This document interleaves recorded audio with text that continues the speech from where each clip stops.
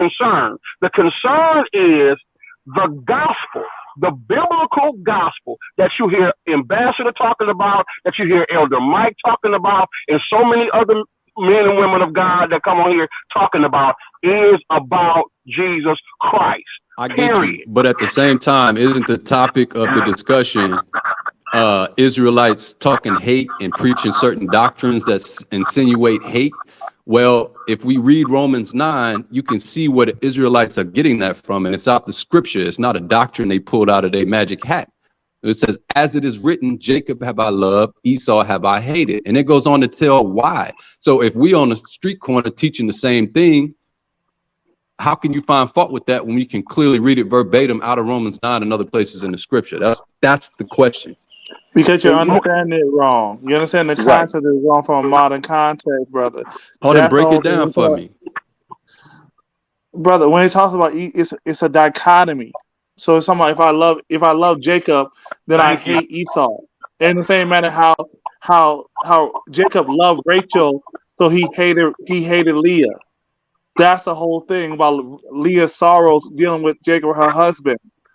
That her husband didn't favor her. Okay, but I feel you, but it also says in verse 22, what if God, willing to show his wrath and to make his power known, endure with much long suffering the vessels of wrath fitted for destruction? So he's saying Esau is a vessel of wrath fitted for destruction. Is that not hate speech?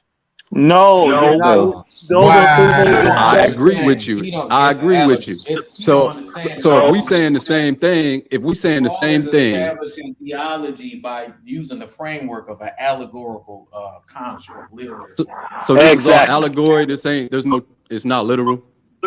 Bro, do you know what allegory is? Can you Google that and explain to the people what an allegory is? I want you to break down how this doesn't mean what it says. Bro. Wow. Can I answer the question, please? Can I answer the question? These folks. Go ahead, and then we go move on. This is what it is, though. This is what it is. Y'all hearing it. This is the best of the best of Israel. These are still ain't got no breakdown. Yeah, these are the master teachers in Israel, and this is the doctrine that Israel had. I just read the scripture. Can you break it down? Brother, we'll talk to you later. Those are the masters in Israel. This is the doctrine of Israel. The Bible teaches hate speech. God is a God of separation. We got to call it for what it is. God hates the white man, and he loves Spanish people, and he loves black folk and some Native Americans. He ain't too much into Asians. He made them to do our nails, to do our feet. This is what they teach. This is the doctrine that they teach. Y'all hear it on Berean TV. You hear it in so many. You hear it on all of those channels, and you know that they are all the same people. This is the doctrine. Y'all are on point with what's going on. Continue to monitor it. This is the doctrine of Israel. They all believe this. They all teach this in one form or another. You heard from this channel. If you let them talk, if you let them talk long enough, this is the doctrine that you will get from Israel. This is what this movement is about. They will destroy the European Jew. This is what they want to do.